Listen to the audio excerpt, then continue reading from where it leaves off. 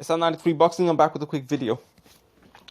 See, just like Manny Pacquiao, or Bob Arum rather, didn't want Manny Pacquiao to fight any Al Haymon fighter, like I mentioned before, particularly with Amir Khan, Adrian Broner, and I can't remember some other guy.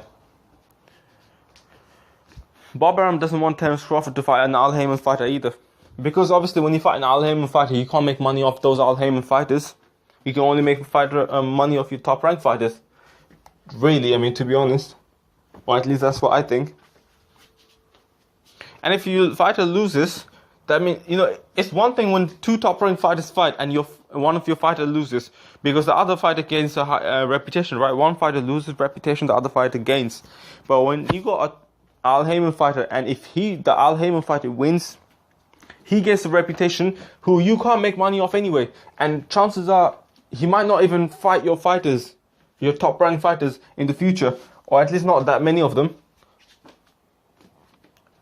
So you can't make money off them, and then he left you with a fucking a fighter with a slightly dented reputation. I mean, losses doesn't mean too much either, but still. So, you know, I guess, you know, Bob Arum, he's trying to use his business and politics and shit. Terence Crawford is not going to get he probably won't get no Keith Thurman fight anytime soon.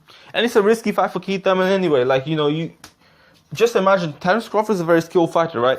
Whether he's moving up in division or not, that's really Keith Thurman's advantage, because it's a 140 fighter trying to make 147, and Keith Thurman might just knock his block off. But at the same time, Terence Crawford is very skilled. He might just be able to take some of those shots pretty well. At least might roll with it, or he won't be able to take a flush, I doubt. I mean, if welterweight's not able to take a flush, I doubt. I mean, they're able to take a flush, but they can definitely feel it. I'm fairly sure Terence Crawford, if he gets hit with the one clean shot, he will go down and be very unsteady on his legs. I don't care how good of a chin he may have. Now, Terence Crawford's calling out Manny Pacquiao, and let me tell you why Bob Arum still doesn't want that anytime soon.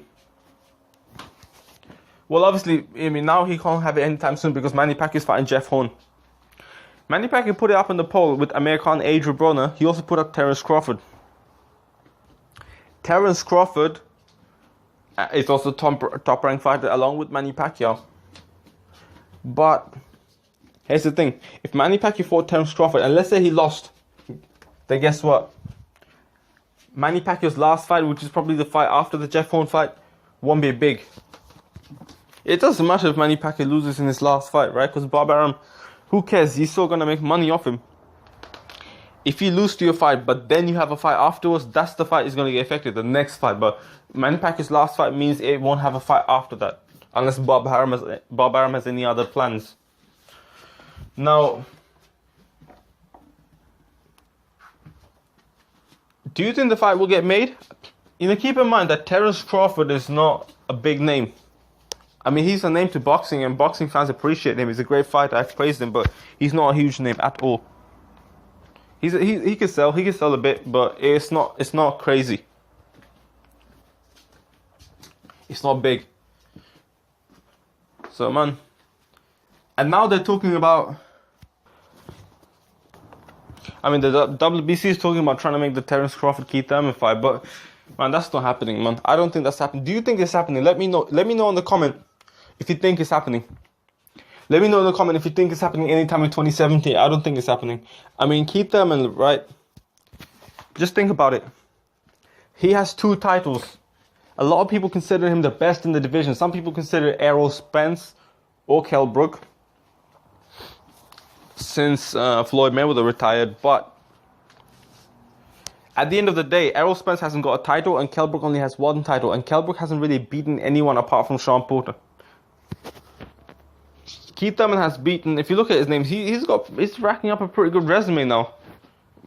I mean, obviously, I don't consider Danny Garcia win to be a complete win, but listen, I will take it as a win. It was a close fight.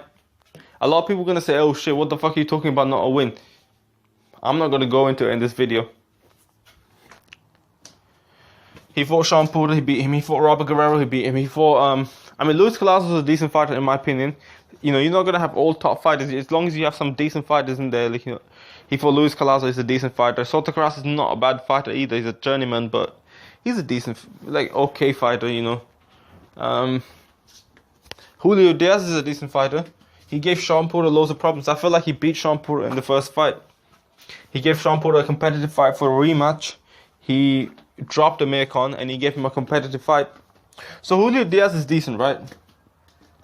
If Kelbrook can beat Sean Porter and get all this hype, Julio Diaz has a draw with Sean Porter, which I feel like he should have had the win on him. So Julio Diaz must be good as well. So, you know, Keith Thurman, he's piling up a good resume. Piling up a good amount of opponents on his resume, rather. But let me know if you think it happens. And if you think it happens, let me know when it happens. Let me know what weight division. Probably at 147, I think. But also let me know who you think is going to win. I'm at Star 93 Boxing. I'm out.